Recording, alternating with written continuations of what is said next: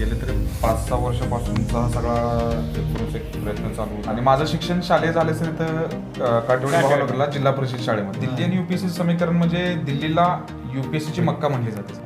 Rashtrawadi career academy ही आपले दादा आणि सुनेत्रा वहिनी यांची संकल्पना होती. तर दादांचे जे पी आहेत सुनील मुसळे साहेब, तर मुसळे साहेबांनी ही अकॅडमी स्थापन केली.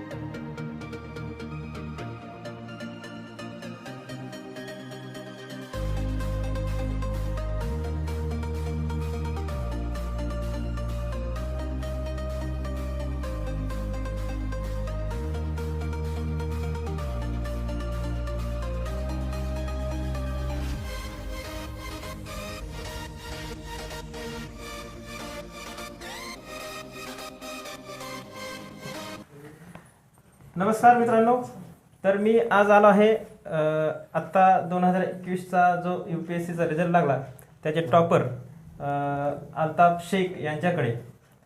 आपल्या जिद्द, कष्ट, अभ्यास आणि या सर्व कलागुणावर, कौशल्यावर आपलं UPSCमध्ये टॉपर करणारे अल्ताफ शेख यांच्याशी आपण आज बातचीत करणार आहोत, थोड्याशा गप्पा मारणार आहोत.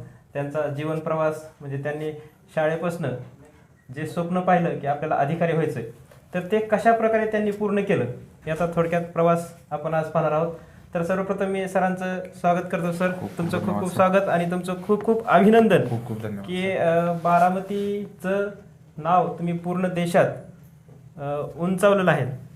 आणि थोडक्यात बारामती भूषण ही पदवी तरी तुम्हाला दिली तरी वावगी ठरणार नाही. तर तुम्हाला आत्ता आज कसं वाटतं की आता तुम्ही एक UPSC टॉपर झालेला आहात आणि या UPSCच्या परीक्षेमध्ये तुम्ही आपलं स्वतःचं अभ्यास, परिश्रम घेऊन आपण आज एवढं मोठं यश प्राप्त केलं आहे, तर तुम्हाला याबद्दल काय वाटतं? आता गेले तरी 5-6 वर्षापासूनचा हा सगळा एकूणच एक प्रयत्न चालू होता UPSCसाठीचा. तर मागच्या वर्षी पण 11 मार्कांनी पोस्ट गेलेली. तर त्यामुळं म्हणजे खूपच एकदम म्हणतो ना की एनर्जी पण संपलेली असं झालेलं, मोटिवेशन पण कमी पडलेलं. परत विचार केला की नाही, अजून एकदा प्रयत्न करू, देऊ एक्झाम. आणि ज्यावेळी रिझल्ट वगैरे आला त्यावेळी पहिले रिॲक्शन आले की सुटलो आपण या सर्कलमधून. कारण UPSC म्हणा किंवा MPSC म्हणा हे माझ्या मते तर एक जुगार आहे, एक मायाजाळ. कारण ह्यामध्ये जो अडकला, जो बाहेर लवकर पडेल तो सगळ्यात मोठा नशीबवान. मला तेवढं वर्ष लागलं पण मी बाहेर पडलो, मी स्वतःला भाग्यवान समजतो. आणि तीच माझ्यासाठी सगळ्यात मोठे एक म्हणतो ना की सुटकेचा निश्वास टाकण्याचं तो माझ्यासाठी मोमेंट होता. आणि ऑब्व्हियसली आता UPSCमध्ये सिलेक्शन झालं तर जी काही पोस्ट मिळेल, जी सर्व्हिस मिळेल ती ऑब्व्हियसली त्या त्या मिनिस्ट्रीमध्ये त्या त्या ठिकाणची ती टॉपचीच राहणार आहे. तर त्या हिशोबाने मग आपण काम करण्याचा प्रयत्न करूच. आणि ऑलरेडी मी सर्व्हिस एक करतोयच 5-6 वर्षापासून खूप महत्त्वाच्या डिपार्टमेंटमध्ये. सो त्यामुळे मला स्विच करण्यात काही एवढी अशी अडचण होणार नाही. अच्छा, ठीक आहे सर. तुम्ही जुगार जो म्हणलात ना MPSC UPSCचा, ते अगदी बरोबर आहे सर. कारण की MPSC UPSC सारखी परीक्षा क्रॅक करून त्यात आपलं यश म्हणजे त्याचे 3 टप्पे, 3 परीक्षा पार करून पुढं जायचं म्हणजे फार मोठं एक परिश्रम करावं लागतं. आणि त्यात बरेचसे विद्यार्थी जर फेल झाले तर ते अक्षरशः आयुष्यात फेल झाल्यासारखं असतात. म्हणजे एकतर कसं अभ्यासामुळे इतर दुसरं कौशल्य, कला गुण किंवा आपल्याला जगायला जे एखादी कला लागते किंवा दुसरं तुम्ही म्हणाल की बॅकअप तसं काही ठेवायला पाहिजे का? सगळ्यात पहिल्यांदा तर मी एक रियालिटी सांगेल सर की UPSCच्या अनुषंगानं बघितलं तर आपल्याला दरवर्षी जागा निघतात 800. त्या जागांसाठी अर्ज करणारे असतात जवळपास 10 ते 12 लाख लोक. परीक्षा देणारे असतील तुमचे 5 लाख लोक. त्या 5 लाखामध्ये जर तुम्हाला 800 जणांना निवडायचं आहे तर राहिलेल्या मला वाटतं जवळपास 4,99,000 लोकांचं काय करणार तुम्ही? बरोबर आहे. मग ते पुढच्या वर्षी परत ज्यावेळी तुम्ही परीक्षा द्याल परत तेवढ्याच वेकेन्सीज असणार. तर ज्या प्रमाणात तिथे कॉम्पिटिशन वाढते त्या प्रमाणात तेवढ्या वेकन्सीज येत नाहीत. आणि त्यामुळे माझं असं म्हणणं आहे की UPSC असो किंवा MPSC ह्याला आयुष्य न मानता एक आयुष्याचा फक्त एक भाग म्हणून समजून घ्यावा. आता माझ्या बाबतीत मी सांगेल की जसं आपण शेअर मार्केटमध्ये आपला पोर्टफोलिओ वाढवत असतो, तर त्या पद्धतीने मी माझा पोर्टफोलिओ बनवत होतो, जेणेकरून एके ठिकाणी नुकसान जर झालं तर दुसऱ्या ठिकाणी नुकसान होऊ नये. त्यामुळे मी ऑलरेडी म्हणजे होम मिनिस्ट्रीमध्ये पण होतो, नंतर असिस्टंट कमांडंट पण झालेलो, नंतर आता UPSCची रँक प्लस मी 2 वेळा नेट JRF पण झालेलो. म्हणजे माझं असं मी ठेवलेलं ऑप्शन की जर मला यामध्ये यश नाही आलं युपीएससी मध्ये फायनली, हा. तरी ऍटलीस्ट आपण एक क्लास 1 अधिकारी किंवा एक प्रोफेसर म्हणून एक आरामाचं आयुष्य तरी जगू शकतो, एक सन्मानाचं आयुष्य म्हणून. नक्की सर, म्हणजे तुम्ही फुल असं फक्त युपीएससीवर डिपेंड न राहता आपल्याला जे आयुष्य जगायला दुसरं काहीतरी सोर्स लागतो तो बरोबर. निर्माण करून तुम्ही पण अभ्यास केलात. कारण कसं होतं सर की तशी कंडिशन आपली एवढी पण नव्हती चांगली, कारण वडील शक्य होईल त्या पद्धतीनं गॅरेजच्या कामातून सगळे हे शिक्षणाला खर्च वगैरे करायचे, खूप वेळा कमी पडायचं. आणि आता घरातील मोठा मुलगा म्हटलं तर ऑब्व्हियस आहे की आपल्याला सगळं बघावंच लागणार. बघावंच लागतं सर. त्यामुळे माझ्यासाठी हे नकर करणं मला परवडणार नव्हतं की मी युपीएससीला 4 वर्ष घालवतो, दुसरं हा. काहीच करत नाही. किंवा जनरली सुरुवातीला एक कसं राहतं मुलांमध्ये की केली तर हीच एक्झाम करेल, नाही तर काहीच नाही करणार. बरोबर आहे. तो ऑप्शन माझ्याकडे नव्हता. त्यामुळे सगळ्यात महत्वाचं काय होतं की जॉब घेऊन एक पैशाचा एक कंटिन्युअस सोर्स source तुमच्याकडे असला पाहिजे. कारण तुमचे स्वतःचे खर्च आहेत, तुमचे घरचे खर्च आहेत. त्यामुळे सुरुवातीच्या काळात मग फायदा मला पण असा झाला की सुरुवातीला पैसे नसायचे, क्लास केले नाहीत. आणि नंतर मग जॉबमध्ये आल्यानंतर मग मला बाबा कुठे टेस्ट सिरीज लावायचे, काय लावायचे, तर मला हा. कुठं जावं लागलं नाही स्वतःच्या त्यासाठी पायावर. पैसा म्हणजे शोधण्यासाठी. थोडक्यात कमवा आणि शिका ही नीती सरांनी अवलंबली आहे. कमवा आणि शिका या नीतीवर तुम्ही पुढचं सगळं कमावणी अभ्यास- शिका मी तर कॉलेजमध्ये करायचोच ना, हा. केबीपीला होतो. तर त्यावेळी तिथली अकॅडमी कर्मवीर अकॅडमी, तर त्या कर्मवीर अकॅडमीमध्ये मी लायब्ररीचं पण काम करायचो. अच्छा. आणि रात्री सगळे मुलं वगैरे लायब्ररी वगैरे झाडू बिडू मारून साफ करायची. तर माझी फी त्यावेळी मग ते माफ करून टाकायचे. आपण म्हणला तसं की तुम्ही लायब्ररी मध्ये काम करून किंवा लायब्ररी झाडून बरोबर. तुम्ही आपल्या लायब्ररीची फीस माफ केलीत. म्हणजे कष्टाची कुठेही लाज बाळगली नाही आणि त्या कष्टाचं चीज म्हणजे आज युपीएससीची परीक्षा त्यांनी क्रॅक केली आहे. आणि एका मोठ्या पदावर म्हणजे जणू भारतातलं जे एक मोठी सगळ्यात एक्झाम असते त्या परीक्षेमध्ये आज टॉपर केलंय. त्यासाठी सरांना तर सर आम्हाला ऐकायला आवडेल की तुम्ही शाळेत असताना म्हणजे 5वी 6वीला असताना कसं म्हणजे तुम्हाला वाटलं होतं की मी आता युपीएससी परीक्षा देईल आणि मी एक मोठा अधिकारी. ऑनेस्टली युपीएससी काय असतं हे मला 10वी 11वीला असताना विश्वास नांगरे पाटील सरांचं भाषण ऐकल्यावर मला हा. कळालं. तोपर्यंत मला हे नव्हतं, फक्त एक एवढं माहित होतं की एसपी कलेक्टर असं काहीतरी असतं, पण युपीएससी हा शब्द मला माहित नव्हता. आणि माझं शिक्षण शालेय झाले सर इथं काटेवाडी भावनगरला जिल्हा परिषद शाळेमध्ये हा. 4थी पर्यंत. तिथं नंतर इस्लामपूरला तिकडे गेलेलो मी. तर त्या ठिकाणी असं काही नव्हतं की युपीएससी करावं किंवा काय. 9वीत गेल्यावर कुठेतरी ऐकलेलं की सॉफ्टवेअर इंजिनियर नावाची नोकरी असते आणि त्यामध्ये चांगला पगार मिळतो. हा. त्यावेळी मग ते 9वीत असं मला विचारलेलं शाळेमध्ये की की मोठं मोठं झालं काय काय करणार. बनणार? त्यावेळी म्हटलेलं मी सॉफ्टवेअर इंजिनियर बनणार.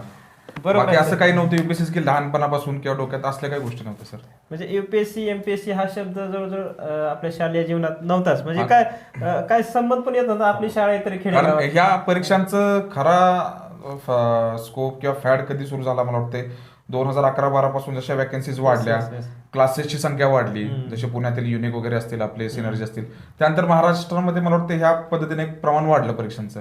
नाहीतर सुरुवातीला एवढे तसं नव्हतं काय त्या आणि परीक्षांमध्ये. आपल्यासारखे बरेचसे विद्यार्थी खेडेगावातनं पण मग एमपीएससी युपीएससी पास व्हायला लागले हा. आणि मोठे मोठे अधिकारी झाले. आणि त्यांचं एक प्रेरणा घेऊन नंतर मग बरोबर. त्यांच्या मागे असे बरेचसे विद्यार्थी अभ्यास करून आणखीन पुढे आपले आता अधिकारी वगैरे झाले. त्यावेळी मी महत्वाचं सांगायचं म्हणजे तर काही काही मित्रांचा पण रोल खूप महत्वाचा होता त्या काळात.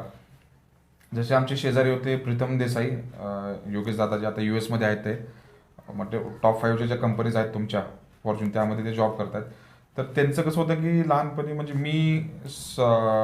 मला वाटतं 11वी-12वी वगैरे ह्या काळात असताना त्यांचं ग्रॅज्युएशन वगैरे संपत आलेलं. अच्छा. मग ते मला काय ना चांगल्या गोष्टी सांगायचे, असलं काहीतरी असतं हे ते करा. हा. नंतर नुकतंच आमच्या शेजारी होते विवेक खवळे, हम्म. तर त्यावेळी मला वाटतं ते PSI झालेले 2009-10च्या काळात. मग आमचं गॅरेज होतं तर गॅरेजवर काय मी असलो की येऊन बसायचे, सांगायचे परीक्षांचं काय राहतं कसं राहतं. मग ते करताना मला समजलं. मग मी कॉलेजची ती अकॅडमी होती तिथे मी कॉलेजच्या अकॅडमीला गेलो.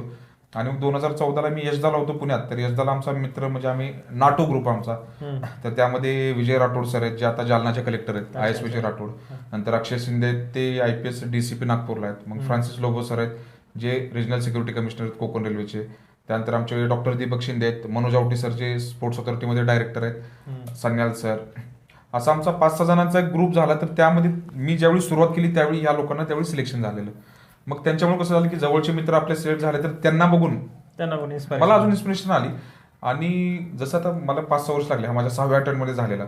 तर कंटिन्युअसली मी पहिल्या 4 अटेम्प्टला प्री फेल झालेलो. तर त्यावेळी प्रत्येक वेळी माझा जो मित्रांचा ग्रुप आहे नाटो म्हटलं, विजय सर असतील हे सगळे लोक, तर हे लोक मला कंटिन्युअसली गोष्टी सांगायचे की ठीक आहे आता नाही तर पुढच्या वेळी पण कर. अच्छा अच्छा. म्हणजे कुठलीही गोष्ट करायला मार्गदर्शन हे खूप महत्वाचं असतं. बरोबर. कारण की आपण ज्यावेळेस, आता तुमचं माझं वय जवळजवळ सारखंच आहे, ज्यावेळेस आपण शाळेमध्ये होतो त्यावेळेस तर म्हणजे तुमचे केस फक्त लवकर गेले. माझे केस अजून जायचे. म्हणजे शाळेत असताना म्हणजे एक तर काय असायचं की 12वी झाली की डीएड करायचं आणि डीएड झाली लगेच नोकरी करायची. हो, बरोबर ओके. सर. म्हणजे हा एक ट्रेंड होता. ट्रेंडच होता. नंतर एमबीएचा ट्रेंड आला, बरोबर सर. नंतर इंजिनियरचा ट्रेंड आला आणि आता एमपीएससी युपीचा ट्रेंड आला. याबद्दल काय वाटतं तुम्हाला? म्हणजे कसं काय असं ट्रेंड चेंज होत गेले? ट्रेंड कसा चेंज होतो की ज्या फील्डमध्ये मागणी वाढेल हा, त्या फील्डमध्ये तुमची लोक पळणार. कळणार नक्कीच. आता हा ट्रेंड एमपीएसचा कशामुळे आला? तुमचं 2008-9 नंतर जो तुमचा ग्लोबल रिसेशन आलेलं सर, हा, त्यामुळे तुमच्या आयटी कंपन्यांमध्ये खूप जॉबची कटोती झाली. काही काही लोकांना जॉबमध्ये काढलं. त्यानंतर एक विद्यार्थ्यांमध्ये म्हणा किंवा पालकांमध्ये एक अशी समज आली की बाहेर जायचं असेल तर एक सिक्युअर्ड जॉब असावा, जिथं बाबा परमनन्सी राहील, तुम्हाला असं गडबड नसावी की असला काही परत घटना घडल्या रिसेशन सारख्या तर ते जॉब जाऊन अशा गोष्टी होऊ नये. दुसरं असं होतं की तरुण वयात मुलगा आला, कॉलेज वगैरे झालं की मग हे राहतं की ज्यावेळी तुम्ही लग्नासाठी स्थळ पण बघायला जाता हा. त्यावेळी समोरची पार्टी पण म्हणते की जॉब परमनंट असावा. असं बरोबर. मग ह्या सगळ्या गोष्टी आल्या, त्यात तर बाहेर मार्केटमध्येच तुमच्या जॉबची डिमांड कमी झाली आणि विशेष करून इंजिनिअरिंग जे सेक्टर होतं त्या सेक्टरचा मी धाडसानं म्हणतोय कचरा झाला. झालं. त्यामुळे ह्या फील्डचं सर मला वाटतं खूप प्रमाण वाढलं भयानक. कचरा झाला. हा शाळेत असताना कधी टॉपर मारलाय काय? सर, इथल्या सांगतो मी जिल्हा परिषदच्या भवानीनगरच्या गावातल्या. हा, तर मी पहिली, दुसरी, तिसरी, चौथी माझ्या समोर एक मित्र बसलेला असायचा पप्पू मधने. हा. तर त्याला मी विचारायचो, तो मला जे प्रश्नात लिहिले तेच उत्तरात टाकायचं. आता तेवढं करून मला त्यावेळी 82-83% पडायचे. आता त्यात मी हुशार का आमचे शिक्षक हुशार हे आता तुम्हीच ठरवा.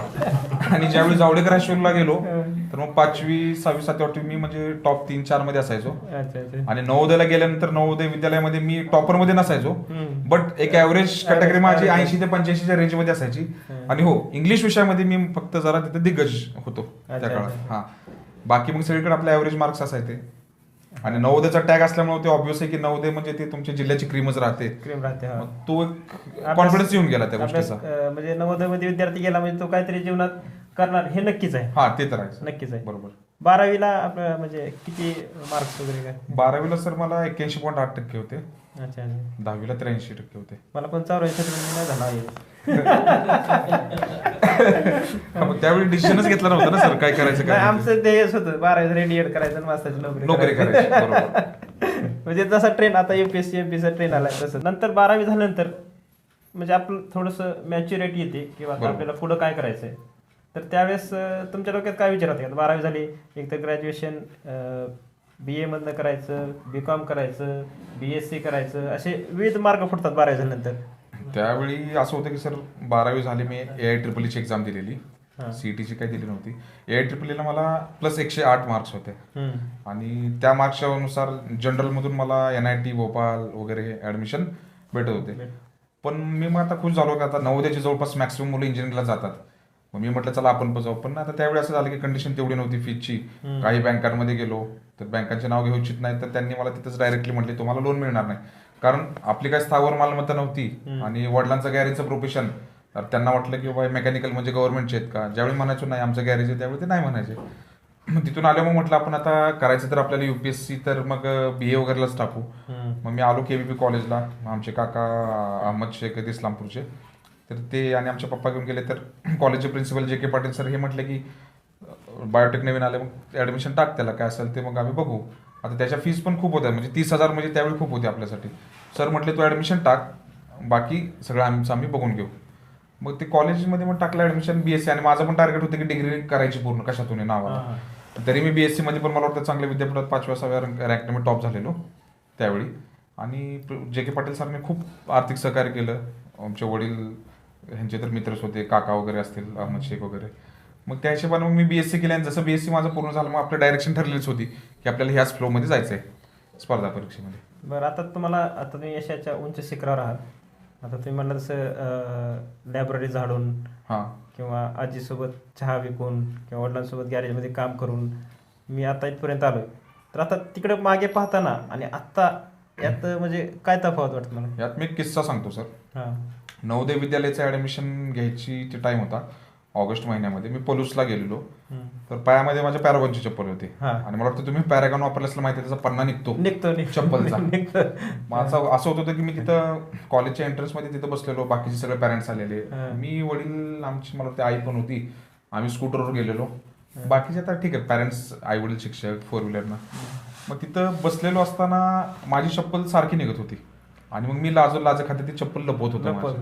मग ती पप्पांना दिसली, मग ते पप्पा आले जवळ, बाकी पॅरेंट बसले, तशीच उचलली चप्पल, लावली पण आणि दिलं पायात माझ्या चप्पल. मग म्हटले बाळा एक लक्षात ठेव, गरिबीमध्ये लाजू नको आणि श्रीमंतीत माजू नको. मग तीच गोष्ट आतापर्यंत मला तीच वाटते, जी गरिबी होती त्यात मी लाजलो नाही आणि आता जर मी ह्या पदावर आलो तर मला वाटतं माजण्याचा काही सवालच येत नाही.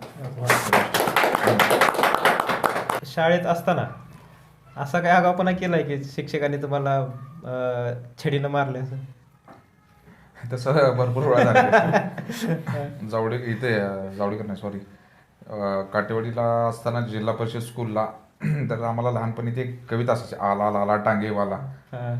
तर त्यावेळी डान्स करताना आम्ही खोडं करत असायचो मागणं, म्हणजे मी मागा असायचो, पुढं कोणी थांबलेला असायचा आणि ते लंगडी घालून डान्स करायचा असायचा. मग मी माझ्या समोर असलेल्याला लाद घालायचो मागून, मग तो पडला की अख्खी लाईन सगळी पडत जायची. मग ते जसं मॅडमला कळलं तर मॅडमने माझ्यासारखे आम्ही दोघं तिघं खोड्या करणार होतो, धरायच्या मॅडम भिंतीला आपटायच्या, आम्हाला धरायच्या भिंतीला आपटायच्या हे शाळेमध्ये. आणि जावडेकरला होतो तर जावडेकरला असं होतं की हुशार विद्यार्थी, पुस्तकी किडा वगैरे, त्यामुळे तिथं काही खोड्या केल्या तरी त्या माफ होऊन जायच्या.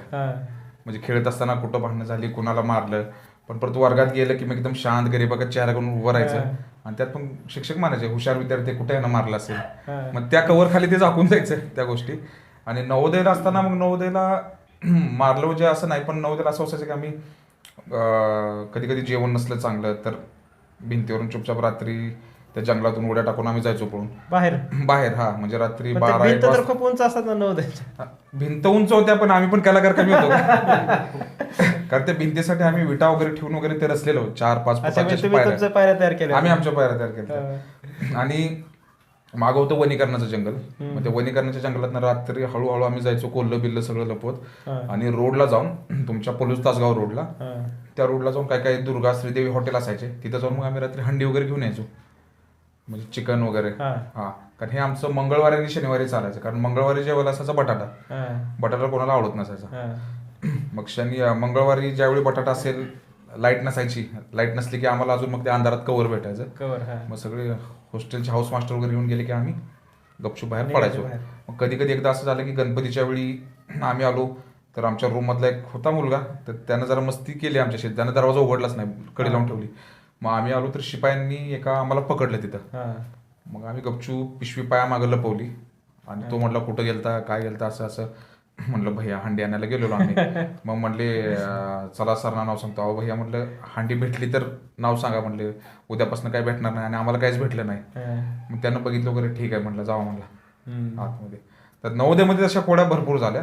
आणि क्रिकेटर होतो मी, स्पोर्ट्समन, तर मला वाटतं स्कूलच्या काचा फोडणे म्हणा, म्हणजे खेळताना ते असं नाही की खुन्नस वगैरे खेळताना. हा मग कधी कधी वाटलं मेसमध्ये काय खायचं तर रात्री मेसमध्ये जाणे, ह्या सगळ्या गोष्टी होत राहायच्या स्कूलमधल्या. म्हणजे आणि मी त्यावेळी सस्पेंड पण झालेलो आम्ही, कारण मी हाऊस लिडर होतो.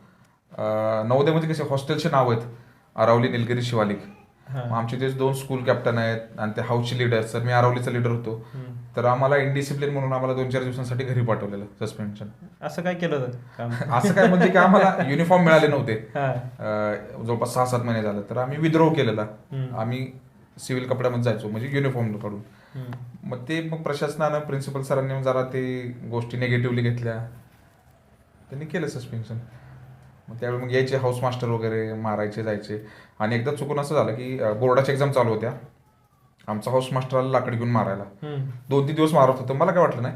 आणि एक दिवस मी सरांच्याच घराच्या झाडाचा आंबा वगैरे आम्ही गपचूप काढून आणलेलं आणि ते कैऱ्या कापासाठी चाकू ठेवलेला मी बेडवर माझ्या. सर काठी घेऊन आलं आणि काठी उघडणार तेवढ्यात त्यांना बेडवर चाकू दिसला. जसं चाकू दिसला सरांना वाटलं की मी त्यांना मारायसाठीच ठेवलाय. काठी तशीच त्यांनी टाकली साईडला, कसा चाललाय बाबा, काय चाललंय सगळं ठीक आहे. मग सर निघून, म्हणजे अशा गोष्टी झाल्या कळत न कळत.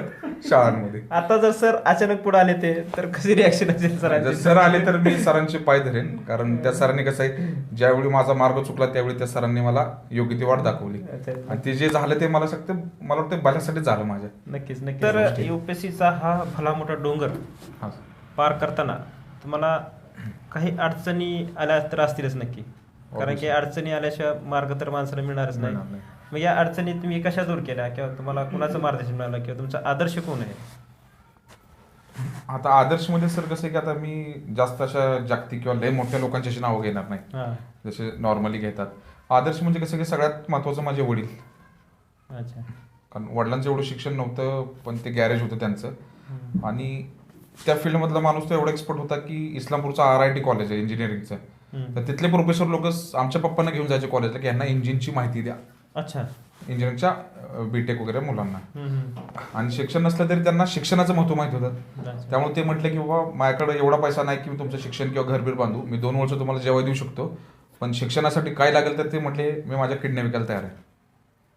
तर त्यामुळे मग वडिलांनी जेवढं होईल तेवढं आम्हाला शिकवलं. तर सगळ्यात पहिले म्हटलं तर माझ्या आयुष्यातलं मार्गदर्शक ते.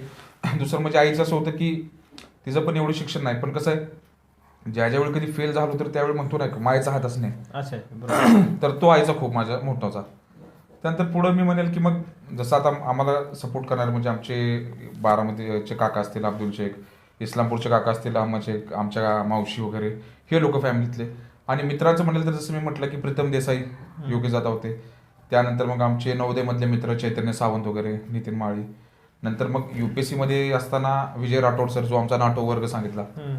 विजय Rathod sir, Akshay, Francis, Manoj sir, Deepak, Sanyal sir, हे असे लोक होते की UPSC मध्ये हा जो नाटोचा वर्ग होता, ग्रुप होता माझा, हा सगळ्यात महत्वाचा होता. म्हणजे 2015 पासून जे प्रिपरेशन आम्ही करत होतो तर त्यावेळी फ्री झाली नाही, काय नाही झालं तर ह्या लोकांशी डायरेक्टली काय असेल ते कॉन्टॅक्ट राहायचे. मग कुठला मेन्सला समजा आलो तर मेन्सला ह्यांचं गायडन्स राहायचं मला. मग त्याच काळात मग आमची ओळख ह्यांच्याशी झाली, आपले IPS महेश भागवत सर, अच्छा. जे रचककोंडा तेलंगणाचे कमिशनर आहेत. मग सरांचा UPSCचा ग्रुप आहे इंटरव्ह्यूचा, मेन्सचा, मग सर गायडन्स करतात. मग त्यावेळी सरांचं पण खूप गायडन्स लाभलं त्या फील्डमध्ये. मग काही इश्यू असतील तर ते शैलेंद्र देवळणकर सर आहेत पॉलिटिकल सायन्सचे, तर त्यांचं गायडन्स वगैरे. मग हे असं UPSC मध्ये हे लोकांचं मला गायडन्स कॉन्स्टंटली लागलेलं. आणि इंटरव्ह्यूच्या काळात मला मागच्या वेळी यावेळी मग आपले युनिकचे तुकाराम जाधव सर असतील, त्यानंतर सिनर्जीचे अतुल लांडे सर असतील, हे लोक ह्यांची पण मदत होत राहायची दरवेळी. दिल्लीत असताना एक केंद्रीय मंत्र्यांचे PS आहेत वैभव हलदार सर, IRS, ते होते. त्यानंतर आमचे मित्र शरीक भाई दिल्लीतले, हे लोक. आणि अभ्यास करताना माझा एकदम जवळचा मित्र जर म्हणेल म्हणजे आत्ताची UPSC काळात तर तो म्हणजे आमचे अभिजित काटेवाडीचे. म्हणजे मागचे दोन्ही प्रिलिम्स पासून मेन्स म्हणजे आतापर्यंत आम्ही कंटिन्युअसली सोबतच लायब्ररीत असेल वगैरे. कारण माझ्या काही चुका असतील ते रेक्टिफाय करायचे, त्याच्या चुका असतील मी रेक्टिफाय करायचो, असं आम्ही सगळे अभ्यास करायचो. आणि आता दिल्लीतला आमचा जो ग्रुप आहे आता अजूनही अभ्यास करतो, ज्यामध्ये नितीन गोकुळे सर असतील, तुमचे आमचे एक पंकज फनसे सर आहेत, त्यानंतर एक सायली पाटील, एक उम्मे कुलसुम एक आहेत.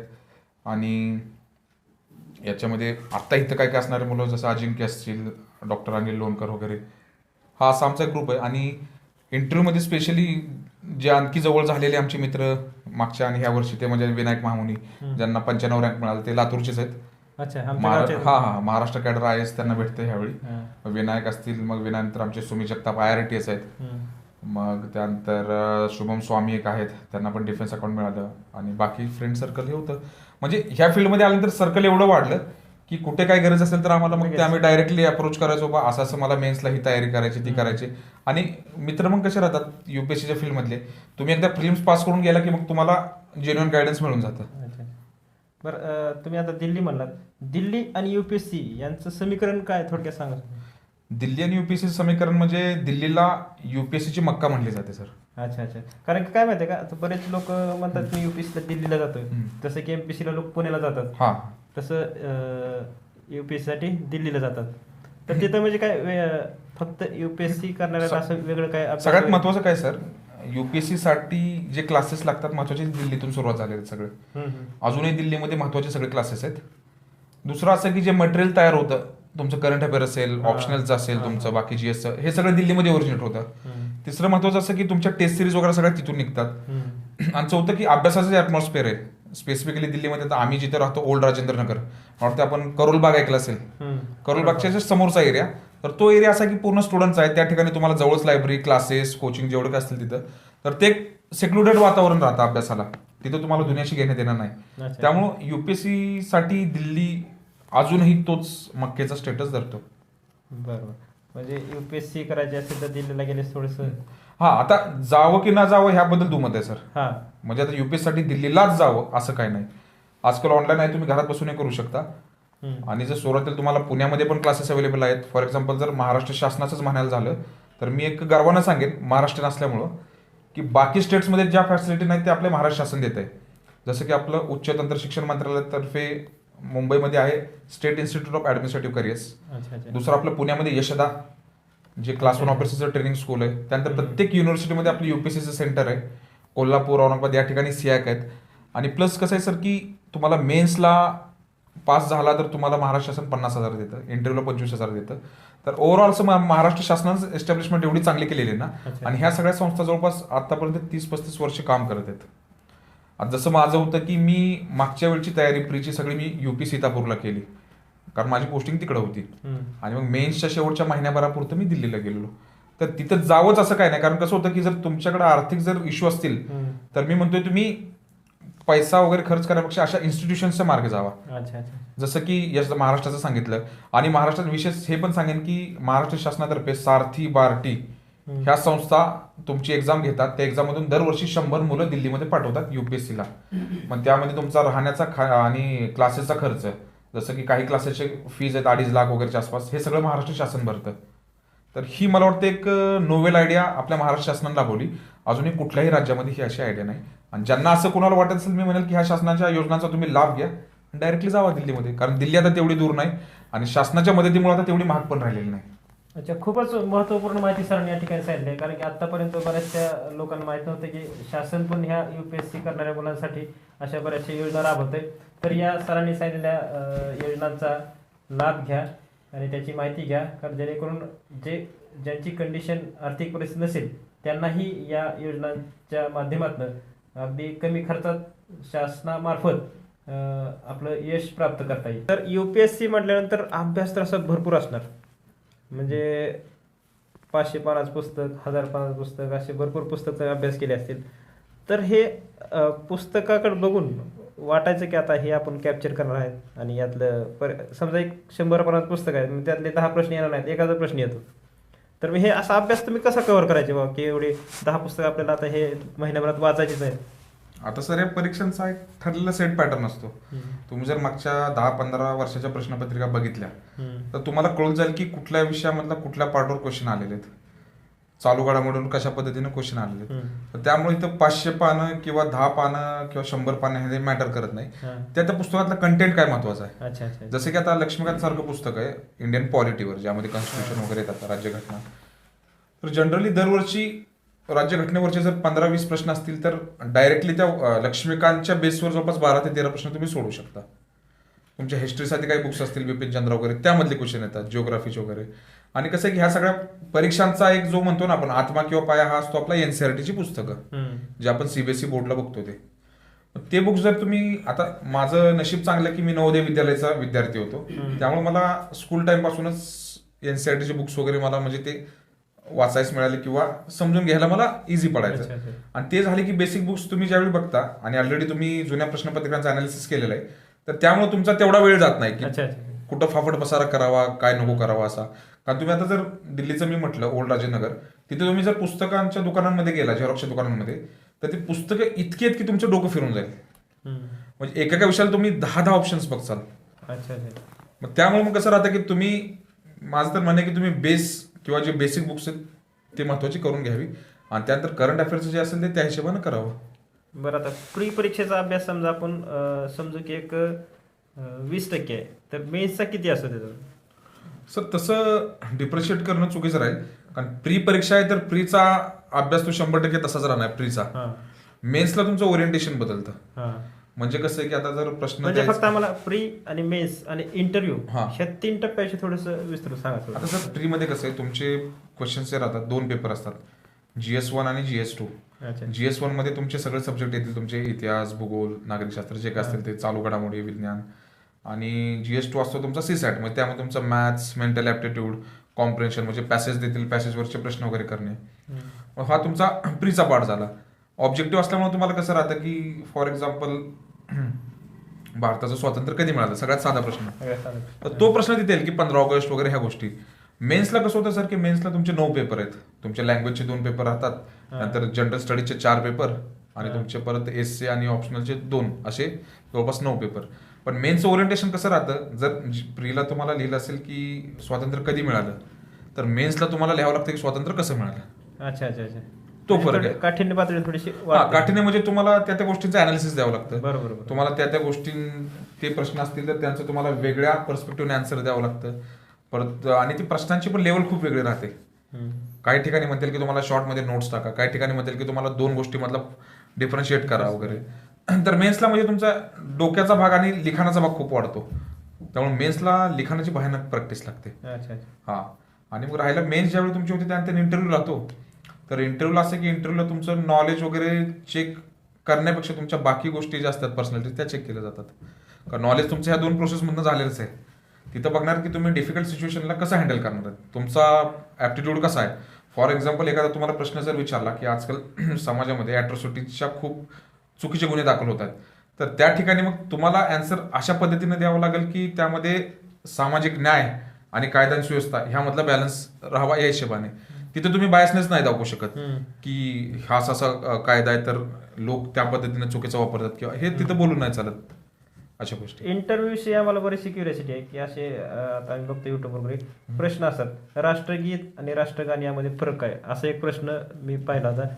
म्हणजे असे डोक्याला प्रश्न विचारतात आता त्यामध्ये. सर युट्यूबला तुम्ही बघता व्हिडिओ काय काय, तर मेजॉरिटी मॉक इंटरव्ह्यूज वगैरे असतात. अच्छा अच्छा. आता भरपूर ठिकाणी कसं होतं मॉक इंटरव्ह्यूचं, मी तुम्हाला सांगतो की ऍक्च्युअली युपीएससीचा इंटरव्ह्यू मॉक इंटरव्ह्यू एवढा स्ट्रेसफुल कधी घेत नाही. मॉक इंटरव्ह्यू मध्ये काही गोष्टी दाखवल्या जातात भरपूर. दुसरं असं होतं की मॉक इंटरव्ह्यू मधले छोटेसे असे क्वेश्चन्स टाकतात त्यामध्ये की त्या क्वेश्चनच्याच त्या क्लिक बेट उचलतात आणि त्या बाकी ठिकाणी व्हायरल करतात इन्स्टा वगैरे. मग त्यामुळे कसं की त्यांचे व्ह्यूज वाढतात. अच्छा अच्छा अच्छा. त्यामुळे तुम्ही त्या युट्यूबवर असणाऱ्या इंटरव्ह्यू वरून युपीएससीच्या ऍक्च्युअली इंटरव्ह्यूचा फक्त अंदाज घेऊ शकता, पण असं नाही म्हणू शकत की असंच होतं ते. अच्छा अच्छा. आणि हे जे असे क्वेश्चन्स येत राहतात की आता काही काही ठिकाणी मी पण बघतो की युपीएससीच्या इंटरव्ह्यू मध्ये प्रश्न विचारला की मी जर तुमच्या आईला रात्री फोन केला किंवा बहिणीला फोन केला तर काय वाटेल काय नाही वाटेल. तर हे फक्त कसं आहे की एक व्ह्यूज वाढवण्याचा प्रकार राहतो. अच्छा अच्छा. कारण तिथं युपीएससीच्या पॅनलमध्ये जे बसलेले लोक ते खूप मोठे असतात. मोठे आहे इन सेन्स की त्यांचा एक्सपिरियन्स जवळपास 35-40 वर्षांचा. सेक्रेटरी राहिलेले कोणी लोक, आर्मीचे जनरल्स वगैरे असतील, पोलीस दलामधले मोठे मोठे अधिकारी असतील, तर त्यांचा प्रश्न विचारण्याचा जो सेन्स असतो ना तो ह्या हिशोबाने असतो की त्यांच्या समोर जर आपण बसलोय तर हे समजून ते बोलणार आपल्याशी की हे बाबा भविष्यामध्ये हा अधिकारी होणार आहे. असे बालिश प्रश्न वगैरे टाकून सनसनी युपीएससी तर कधी नाही करत सर. अच्छा. म्हणजे तुम्ही जो आता खुलासा केला तो खरंच लक्षात ठेवण्यासारखा आहे. कारण की एवढ्या मोठ्या पदावर आता तो ज्याचा इंटरव्ह्यू घेत आहेत तो जाणार आहे, म्हणजे असे बालिश प्रश्न नक्कीच विचारले जाणार नाहीत. बरोबर. बारामतीमध्ये सध्या शिक्षणाच्या मुलांना विविध संधी उपलब्ध आहेत, विविध कॉलेज उपलब्ध आहेत. मेडिकल कॉलेज आहे, फार्मसी कॉलेज आहे, ॲग्री कॉलेज आहे. असे बरेचसे म्हणजे शिक्षणाचं माहेरघर झालं आहे सध्या बारामती. तर तुम्ही जेव्हा अभ्यास करायचा बारामतीमध्ये तर तुम्ही कुठे आणि कसा अभ्यास करायचा? मी इस्लामपूरला काही दिवस केला, त्यानंतर बारामतीला आलो. तर बारामतीला यायचं कारण म्हणजे असं की इथं नुकतंच मला वाटतं त्यावेळी राष्ट्रवादी करिअर अकॅडमी अच्छा अच्छा. ही आपले दादा आणि सुनेत्रा वहिनी ह्यांची संकल्पना होती. तर दादांचे जे पी आहेत सुनील मुसळे साहेब, अच्छा अच्छा. तर मुसळे साहेबांनी ही अकॅडमी स्थापन केली 2013-12च्या आसपास. आणि तिथं मग अकॅडमीचे जे संचालक आपले समीर मुलानी सर आहेत, मग त्यावेळी मुसळे सरांना पण कळलं की असं आहे होतकरू विद्यार्थी वगैरे, तर त्यांनी आमच्या काकांना सांगितलं की बाबा इकडे जाणं अभ्यासाला. मग त्यानंतर मी इकडे आलो अभ्यासाला. आणि पुण्यामध्ये पण मला या क्लाससाठी माझी निवड झालेली स्टील फ्रेममध्ये, ते फारुख नायकोडी सर, अतुल लांडे सर यांचे. तर त्यावेळी पुण्यात राहायची सोय होत नव्हती, तर त्यावेळी मी बोललो साहेबांना, मुसळे साहेबांना की सर असा आहे प्रॉब्लेम, राहायला इश्यू आहे. तर मग साहेबांनी एका फोनमध्ये मग ते बारामती हॉस्टेल आहे आपलं जे पुण्यातलं हॉस्टेल म्हणजे राहायची सोय केली माझी तिकडं. मग मी तिथं राहिलो काही दिवस. तिथून मग आल्यानंतर मग काही दिवस शिर्डीला वगैरे राहिलो. पण बारामतीमध्ये सुरुवातीला जो बेस आणला इथं, तर ते मला वाटते मुसळे साहेबांनी आपल्या राष्ट्रवादी करिअर अकॅडमीतनं आणला. आता या ठिकाणी मी ह्या गोष्टी, आता ऑब्व्हियसली राजकीय थोडी पार्श्वभूमी असते पण मी त्या गोष्टी जाणार नाही, कारण त्यावेळी कसं होतं माझ्यासमोर काहीच ऑप्शन दिसत नव्हते. अच्छा. आणि माझ्यासाठी म्हणजे ही academy, career academy, Rashtrawadi career academy, हे माझ्यासाठी मला ती ऑपॉर्च्युनिटी दिसली की इथं गेलं तर आपल्याला स्टडी करायला योग्य ती जागा मिळेल. आणि त्या पद्धतीने मी तिथं गेलोही. मला काही अडचणी आल्या तर तिथं समीर सर असतील, मुसळ साहेब असतील, तर ह्यांनी योग्य त्यावेळी मदत केली. तर असा एक ओव्हरऑल मला फायदा त्या काळात खूप झाला. आणि इव्हन आजही जेव्हा कधी कुठं अडचण येते काय येते तर हे लोक अजूनही खंबीरपणे उभे असतात अच्छा, नक्की आपल्या नक्की पाठीमागे. असतात. म्हणजे तुमच्या या यशामागे कुठेतरी राष्ट्रवादी करिअर अकॅडमी बारामती यांचा मोलाचा वाटा आहे असं म्हणलं तरी वागवं ठरणार नाही. मग सर, तुम्हाला आता UPSC मध्ये उज्ज्वल असं यश मिळालं आहे, तर इथून पुढचा तुमचा प्रवास कसा राहील सर आता? प्रवास आता काय सर, ट्रेनिंग नंतर जी काही सर्व्हिस असेल त्या ठिकाणी जावं लागेल. आणि ऑब्व्हियसली आता सेंट्रल सर्व्हिसेस भेटून जाईल मला. हम्म. तर त्यामुळं जिथे चालते ऑलरेडी मी तर करतोय 6 वर्ष अच्छा, जॉब. अच्छा. हा. आणि अशा ठिकाणी करतोय इंटेलिजन्स सारख्या क्षेत्रात. तर त्यामुळे आता बाकी डिपार्टमेंटची तर आपल्याला तशी आहेच ओळख. पण आता म्हणजे वैयक्तिक जर माझं असं राहील की जिथे जाईल तिथे चांगलं काम करून, म्हणजे माझी इच्छा आहे की प्रधानमंत्री कार्यालयामध्ये हम्म. एक तरी टेन्युअर काम करावं PM अच्छा. ऑफिसमध्ये. म्हणजे तुमची हे इच्छा आहे पुढे. हा, म्हणजे त्यासाठी कसं आहे PMO मध्ये काम करायचं म्हणजे तुम्ही आहे तिथे तुम्हाला खूप चांगलं काम दाखवावं लागणार आहे अच्छा. ज्या म्हणजे इथून फील्डमध्ये. पुढं तुमची आता एक इनिंग संपली आणि दुसरी इनिंग सुरू होते. आता दुसरी, कारण आता ऑब्व्हियस आहे आता सर्व्हिस म्हणजे तुमचं दुसरं आयुष्य. दुसरा विषय आहे, बरोबर. हा, आतापर्यंत रेकॉर्ड क्लिअर होतं, तिथं पण रेकॉर्ड क्लिअर राहणं महत्वाचंच आहे ना. त्या हिशोबाने काम राहील. आणि शक्य तेवढं कसं आहे की जेवढं जमेल तेवढं लोकांची कामं झालेली मला वाटतं ती बरं राहतील. बरं, आता तुम्ही आता उस्मानाबाद या ठिकाणी तुमची सर्व्हिस करताय. हां. उस्मानाबादमध्ये आमचा मराठवाड्यातला एक जिल्हा, मी लातूरचा आहे. बरोबर. तुम्ही आता तिकडं बरेच दिवस काम करताय, तर कसं वाटतं आमचा भाग तिकडचा? आता त्या भागाकडे बघितलं की क्लिअरली जाणवतं की दुर्लक्षित केलेला भाग आहे तो खूप.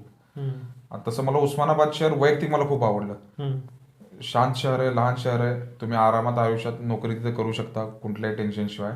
तुमचा पर्सनल लाईफ सुद्धा तुम्ही आरामात जगू शकता. पण कसं आहे त्या भागात मी बघितलं तसं उस्मानाबादमध्ये जमीन भरपूर आहे लोकांकडे, जमीन भरपूर माती आहे. पण खूप चांगली आहे, पण पाणी पाणी नाही. नाही, पाणी नाही. आणि जर त्या ठिकाणी जर मला वाटतं पाणी जर व्यवस्थित पुरवलं गेलं तर कसं आहे तुमचा डेक्कनचा जो ट्रॅप आहे, म्हणजे डेक्कनचा जो ज्वालामुखी झाला त्यातनं काळी माती झाली, हम्म. तर काळी मातीचा तो पट्टा मला वाटतं मराठवाड्यापासूनच तो इकडे तिकडे पसरलेला आहे त्या भागातूनच. हम्म. जर तिथं जर पाण्याची चांगली सोय झाली तर मला वाटतं ऍटलिस्ट उस्मानाबाद आणि लातूर हे जिल्हे तुमच्या पश्चिम महाराष्ट्राला सुद्धा टक्कर देऊ मागे शकतात. पाठवू शकता, सर. कारण की जमीन उच्च प्रती जमीन आहे, काळी कारण जमीन. हा, जिथे मी आता उस्मानाबादमध्ये आता मागचे मार्च पासून आहे, तर भरपूर कामांसाठी माझं फिरणं झालं. तुमच्या उमरगा वगैरे या ठिकाणी मी गेलो, तिथं पाण्याची सोय आहे, तर ऊस खूप मोठ्या प्रमाणात लागला आहे, तिथं. ऊस आहे. बाकी पिकं आहेत. पण हेच भूम परांडाकडे आलं तर तिथं माती चांगली आहे, पण तिथं पाणीच नाही. पाणी नाहीये. हा, मग हे तो इश्यू पाण्याचा खूप आहे. आणि दुसरं असं की ह्या शहरांना मोठ्या शहरांची कनेक्टिव्हिटी करणं अजूनही महत्वाचं आहे. बरोबर. जसं उस्मानाबादला अजूनही रेल्वेची कनेक्टिव्हिटी तेवढी चांगली नाही. लातूरमध्ये थोडेफार आहे, पण ते कसं आहे ती कनेक्टिव्हिटी मला वाटतंय लोकांना बाहेर नेण्यासाठी जास्त आहे, उद्योगांना आत येण्यासाठी नाही. आणि ती जर कनेक्टिव्हिटी मला वाटते त्या शहरांना मिळाली, कारण पश्चिम महाराष्ट्राचं कसं आहे सर, जसं आता आम्ही जिथे राहतोय पुणे, बारामती, सांगली, सातारा, कोल्हापूर, इथं कसं आहे तुमचं शेती एवढी चांगली झाली, शेतीमुळे बाकीच्या अलाइड ऍक्टिव्हिटीज खूप वाढल्या. कारखानदारी आली, त्यानंतर तुमचं दुग्ध उत्पादन आलं म्हणा, सगळ्या गोष्टी वाढल्या. MIDC इथे डेव्हलपमेंट झाली. आता उस्मानाबादचं स्पेसिफिक सांगेल मी सर की उस्मानाबादमध्ये मी MIDC मध्ये फिरलो, तर MIDC मध्ये इंडस्ट्रीजसाठी जमिनी घेतल्या, तिथे लोक घर करून राहत आहेत. हा, मग उद्योगधंद्यात वाढ होणार कशी वाढ तुमची? होणार नाही, बरोबर आहे. कारण तुम्हाला जमीन स्वस्तात मिळते तर तुम्ही उद्योग करा त्या ठिकाणी. तरी पण एवढं महाग असलेलं किंवा दुर्लक्षित क्षेत्र जरी असलं तरी आमचे मराठी विद्यार्थी बऱ्याच ठिकाणी चमकतात. जसं की बरोबर. आता पुणे हे विद्येचं माहेरघर आहे, त्याच्या खालोखाल आमचं लातूर पण विद्येचं लातूर पॅटर्नचा famous आहे, sir. पॅटर्न फेमस आहे. बरोबर. तरी आमचे पण बरेचसे मुलं आता कसं शिक्षण, तुम्ही म्हणला जमीन आहे पण पाणी नाही, आणि खरं. त्यामुळे आम्हाला शिक्षणाशिवाय पर्याय पर्याय नाही. नाही. त्यामुळे जसे युपी बिहारचा आपण म्हणायचो ना की युपी हा. बिहारचीच लोक का UPSC वगैरे मध्ये जास्त अच्छा. असतात, केंद्रीय हा. परीक्षेमध्ये, तर त्यांना तिथं दुसरा रोजगारच नाही ना. केलं तर शेतीमध्ये उत्पन्न नाही, नाहीतर एकतर गुंडा व्हा, नाहीतर तिथं असं म्हणतात की झालो तर आमदार नाहीतर फौजदार, असा खेळ आहे. आणि त्यामध्ये कसं आहे की त्या लोकांना ऑप्शन आहे, तर ते प्रचंड मेहनतीनं करतात ह्या परीक्षांची तयारी. तसं मला वाटतं मराठवाड्यात पण तसं आहे की जमिनी आहेत सगळ्या आहेत, पण मुलांमध्ये कसं आहे की ही नोकरी सरकारी म्हणा किंवा अशा गोष्टी हे केल्याशिवाय हा, ते पर्याय सुधारू शकत नाही, हा. ही कंडिशन त्या ठिकाणी आहे सर. ठीक आहे सर. आणि आता आपण जे विद्यार्थी आणखीन MPSC UPSC करतायत त्यांना एक मोलाचा संदेश किंवा सल्ला किंवा अभ्यास कसा करायचा याविषयी थोडक्यात आम्हाला सांगा सर. आता अभ्यासाचं तर सर मी एवढं काय सांगू शकणार नाही, कारण प्रत्येक परीक्षेचा पॅटर्न तसा वेगळा आहे. UPSC असेल, MPSC असेल. पण माझं असं म्हणणं आहे की एक 2-3 अटेम्प्ट नंतर तुम्ही एक बॅकअप ऑप्शन चालू ठेवा आपला. कारण 3 वर्ष ठीक आहे, काही अडचण नाही ह्या क्षेत्रामध्ये देणे. पण तिथून पुढं कसं आहे की सर मग थोडा आयुष्याच्या रियालिटीचा पण एक अंदाज घेणं महत्वाचं आहे. तर तुम्ही बॅकअप ऑप्शन ठेवला, जसं माझं होतं की मी कॉलेज संपल्याच एक्झाम दिली, तर इंटेलिजन्स मी मध्ये जॉईन केलं. तर मला ह्या अटेम्प्टपर्यंत सस्टेन करणं माझ्यासाठी सोपं गेलं मला. जर माझ्याकडे जॉब वगैरे नसता तर कदाचित मी दुसऱ्या तिसऱ्या अटेम्प्ट नंतर कुठेतरी प्रायव्हेटला स्विच केलं असतं. बरोबर आहे. हां, तसा हा मला वाटतं बॅकअप ऑप्शन ठेवणं महत्वाचं आहे. आणि दुसरं म्हणजे असं की UPSC करत असतानाच तुम्ही बाकी स्किल पण थोड्याफार डेव्हलप कराव्यात. बरोबर आहे सर. म्हणजे कसं फक्त MPSC UPSC करणं म्हणजे तुम्ही जसं म्हणलात की हा जुगार आहे, त्या जुगारात जर फेल झाला तर तो म्हणजे आयुष्यातनंच फेल झाला असं आयुष्यातनं फेल असं मी म्हणणार नाही, कारण मी एक गोष्ट तुम्हाला अजूनही सांगेन की जरी मला ह्यावेळी सिलेक्शन मिळालं नसतं ना, तरी मला एज्युकेशन फील्डमध्ये खूप ऑपॉर्च्युनिटीज होत्या UPSC मुळे. जसं की आता दिल्लीमध्ये भरपूर क्लासेस आहेत, ते एक्सपिरियन्स्ड विद्यार्थ्यांना घ्यायला बसलेले असतात. तिथे एकेका लेक्चरच्या त्यांचे चार्जेस असतात जवळपास 10,000 ते 12,000 रुपये. म्हणजे समजा माझे 2 इंटरव्ह्यू झाले, तर मला ते एक्सपिरियन्स आहे म्हणून मला लेक्चर घ्यायला बोलवते, तर मला त्या लेक्चरचे तेवढे पैसे मिळायचे. मी कुठेही प्रोफेसर किंवा म्हणून जॉईन करू शकलो असतो किंवा UPSC क्लासेसमध्ये टीचिंगसाठी. आणि ते एक फील्ड एवढं मोठं आहे की सर त्यामध्ये ऑपॉर्च्युनिटीज बनत जातात, पण तिथे तुमचा एक्सपिरियन्स खूप महत्वाचा आहे. ठीक आहे, तुम्ही म्हणला ते बरोबर आहे अगदी. कारण की तुम्हाला तुमचा अभ्यास झाला असतो, तुम्ही 3, 4, 5, 6 परीक्षा दिल्या असतात. मग काही विद्यार्थी एवढं पुढचा विचार का करतात की आता आपण सक्सेस मिळालंच नाही, आपण आपलं जीवन संपवून टाकूया. कारण की तुम्ही जसं म्हणला तशी अपॉर्च्युनिटी जरी मिळाली तरी ठीक आहे ना. बरोबर आहे. असा विचार विद्यार्थ्यांनी करू नये याबद्दल थोडे आता सर विचार विद्यार्थी का करतात ह्याच्या मागची पहिली कारणं पण बघावं लागतील सर. सरसकट UPSC करणारा जर आता आपण बघतो की काही जणांनी UPSC परीक्षा फेल झाला, आत्महत्या केली, हे केली. ठीक आहे, काही जणांची कारणं ती असतील फेल्युअरमुळे, काही जणांची पर्सनल मॅटर असतील, काही जणांचे प्रेम प्रकरण असतील किंवा काही जणांचे घरातील इश्यू असतील. तर मला असं वाटतं की जसं आपण म्हणतो ना की आपण घरामध्ये चर्चा करतो त्यावेळी आपण काय म्हणतो की आपले वाडवडील होते खूप सहनशील होते. म्हणजे त्या काळात त्यांनी ज्या अशा संकट पाहिली, ती संकट आपण आज बघायला लागलो तर आपल्याला जमणार नाही. मग मला वाटतं ती कुठं ना कुठेतरी ती सहनशीलता हरवत चालली सर मुलांमधली. दुसरं असं की आपल्या पालकांना गोष्टी खूप कष्ट करून मिळायच्या, आपल्याला आयत्या हातात पडत आहेत.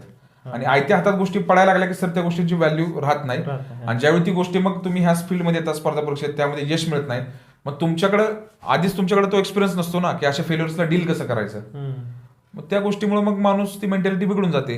आणि होतं कसं मग छोट्या छोट्या गोष्टी मग माणूस गिव्हअप करायला लागतो. मग हे काय परीक्षेमध्ये तुम्हाला अपयश आलं तर माणूस म्हणतो अरे इथं अपयश यायला लागलं तर मी काहीच करू शकत नाही. म्हणजे तुम्ही एका ठिकाणी अपयश झालं तर तुम्ही काय म्हणता माझ्या सगळीकडेच मला अपयश येईल, तसं पण नाही ना. आणि कसं राहतं एका फील्डमध्ये तुम्हाला नाही आलं तर ऑब्व्हियसली कसं असतं की म्हणजे माझं तर असं वैयक्तिक म्हणजे वडील पण मला सांगायचे की तू इथं फेल झाला ठीक आहे, पण देवानं तुला इथपर्यंत यासाठी नाही आणलं की तुला इथं सोडायचंय. त्याची इच्छा आहे की तू अजून कुठेतरी पुढे जावंस. म्हणजे पुढे जाणं म्हणजे UPSCच असावं असं नाही सर, दुसरे तुमचे फील्ड आहेत. मला वाटतं ते तुम्ही डोक्यात ठेवा. आणि जसं आता मी भरपूर म्हणजे गोष्टींचा अभ्यास करतो, जसं गीतामध्ये पण लिहिलंय की श्रीकृष्णच म्हणतात ना भगवान की बाई कर्म करते लो फल की चिंता मत करो. आणि कुराणमध्ये पण एक सुरा युसुफ आहे, तर त्यामध्ये पण लिहिलेलं आहे की do not give up on the mercy of Allah. म्हणजे देवाच्या मर्सीवर तुम्ही गिव्ह अप करू नका.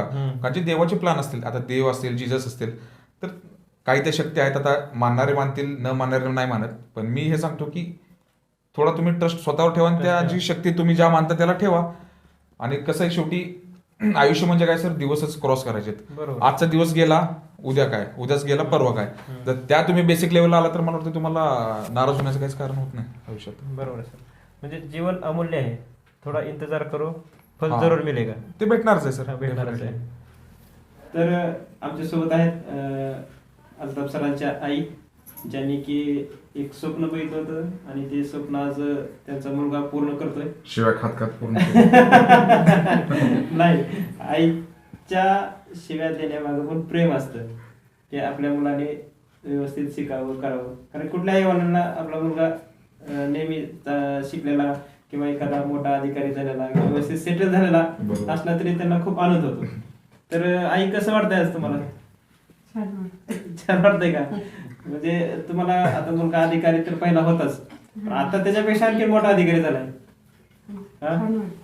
छान वाटतंय ना?